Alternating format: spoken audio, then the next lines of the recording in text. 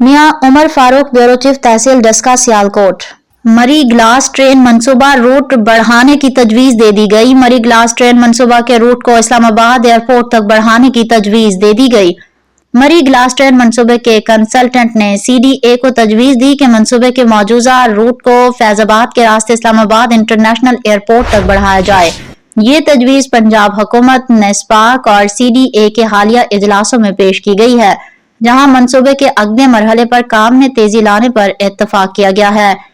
پنجاب حکومت راول جھیل پارک اور بھارا کہو بائی پاس سے مری تک گلاس ٹرین سروس کے آغاز کی تیاری کر رہی ہے۔ منصوبے کی فیزیبلٹی سٹڈی پہلے ہی مکمل ہو چکی ہے۔ موجودہ منصوبے کے مطابق ٹرین بھارا کہو بائی پاس سے مری کے پنڈی پوائنٹ تک 40 کلومیٹر طویل روٹ پر چلے گی۔